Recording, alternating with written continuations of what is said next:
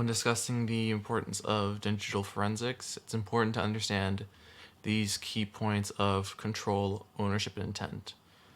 So, control, the reason it's an important point is that it tells us who has or had access to the data at the time, which can help knowing who actually committed this digital crime. When you're coming into digital forensics, something like ownership, which is you having actual possession of it, really doesn't tell us the full story, because ownership can be given by some other party. It's not always your own ownership of the data. It can be given, it can be bestowed upon someone.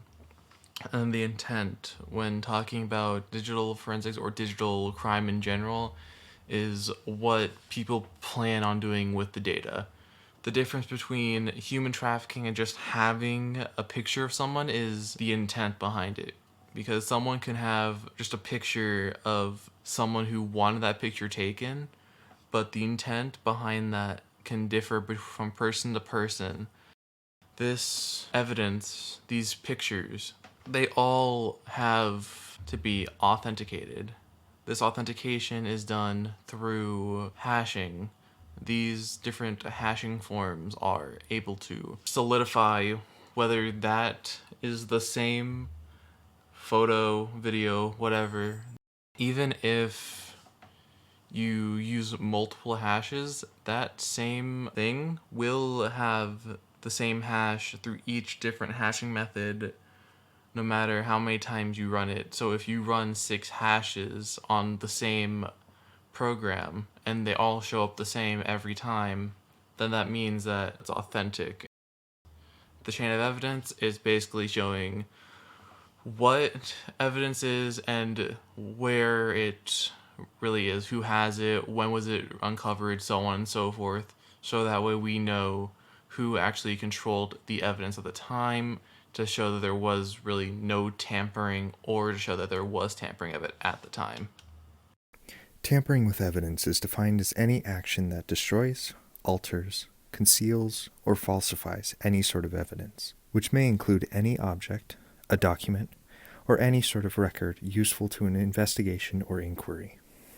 Tampering is not always discovered beforehand, but if it is, it will immediately be denied admissibility in court, and the validity of other evidence will be called into question, as well as the one who tampers with it could be charged with a misdemeanor or felony, depending on the actions done to tamper with it.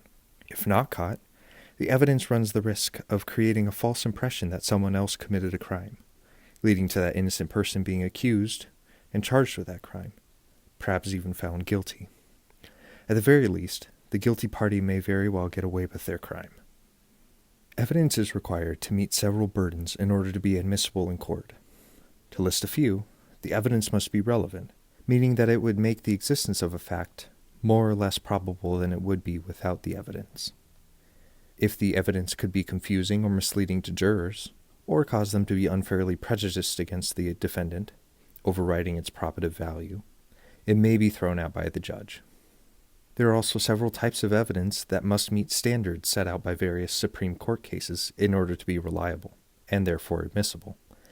Finally, it must have been obtained legally, without evidence of tampering, or any violated rights in the process of procuring it, such as the Fourth Amendment. Confidentiality of evidence is vital for the individuals involved in a digital forensic investigation for a number of reasons.